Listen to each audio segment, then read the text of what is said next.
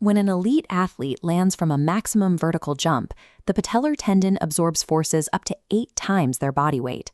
That extreme tension frequently manifests as a sharp, highly localized ache just below the kneecap, the defining symptom of patellar tendinopathy, or jumper's knee. If your identity and livelihood are built on performing under pressure, joint pain rarely stops you. The standard protocol is practically ingrained in athletic culture. Swallow some anti-inflammatories, wrap the knee tightly, and push through the session.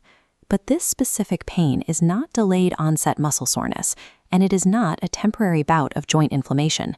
Tendon pain is a mechanical warning system. It signals an active breakdown in the structural integrity of the tissue itself. Treating a structural failure like a routine muscle ache is the first critical error in rehabilitation, an error that compounds severely over time. To measure exactly how that error compounds, researchers tracked a cohort of elite volleyball players over an 11-year period. These were professional athletes, accustomed to high-stakes competition and extreme, repetitive physical demands. The core objective of the study was to answer a simple question. If an athlete manages the pain and keeps playing, will jumper's knee naturally heal? This chart tracks knee function using the VISA-P scale. For the healthy group, capacity remained stable over the decade, hovering around 90. But for athletes pushing through tendinopathy, the trajectory sharply declined, ending with an average score of 81. In practical terms, dropping to an 81 means an inability to load the knee, whether jumping, sprinting, or even squatting, without persistent, debilitating pain. The longitudinal data provides a clear answer. Jumper's knee does not resolve with time. Hidden inside that downward trend is an even harsher reality. 19% of the athletes in this group were forced to permanently retire from competitive sports. These players possessed the pain tolerance and drive to compete at the highest levels, yet they ultimately failed to overcome the biological limits of their own connective tissue. Ignoring patellar tendon pain is not an act of mental toughness. It is a statistically verified route to chronic functional deficit and early retirement. To understand why the tendon fails so predictably, we have to look at the microscopic environment inside the knee. Unlike muscle tissue, which is dense with blood vessels and heals rapidly, the patellar tendon is avascular and lacks the robust blood supply needed for quick cellular repair. Its maintenance relies entirely on specialized cells called SCX-positive tenocytes. Under normal conditions, these tenocytes act like microscopic weavers, continuously laying down strong, tightly packed, parallel strands of collagen. They require precise, controlled mechanical stimulation to maintain this exact load-bearing architecture. When subjected to high-velocity loads exceeding capacity, the parallel strands begin to micro-tear, overwhelming the tenocytes. Unable to repair the high-grade collagen, the body initiates an emergency response, patching the damage with a tangled web of fibrovascular scar tissue. This scar tissue is mechanically inferior. It lacks the uniform tensile strength required to efficiently transmit the explosive forces of jumping and landing. That tangled biology is the direct source of the chronic, limiting pain felt during athletic movements.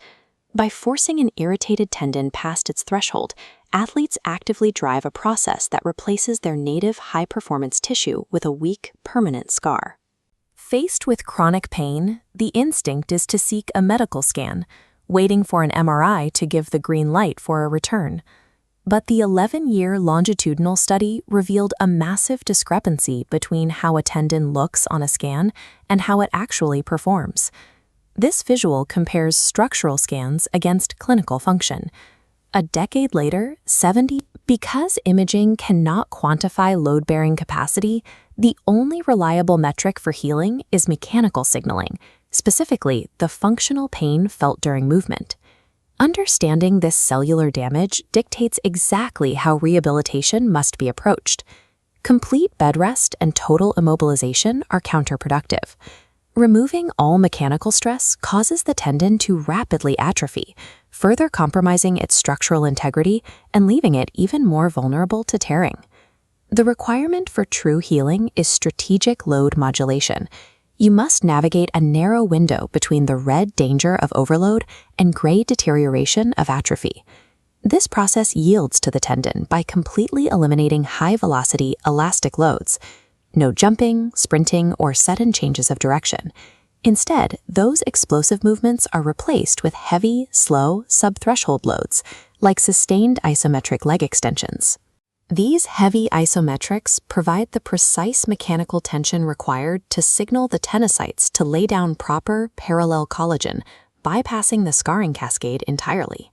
Effective rehabilitation requires actively feeding the tendon the exact mechanical signals it needs to rebuild its architecture, without crossing the threshold into damage. Executing this strategy daily requires a rigid framework to ensure you never accidentally slip back into overload. This chart details the 24-hour rule, the definitive benchmark for tracking symptom response. During a slow, heavy rehab exercise, your pain line will likely rise into a zone of mild discomfort.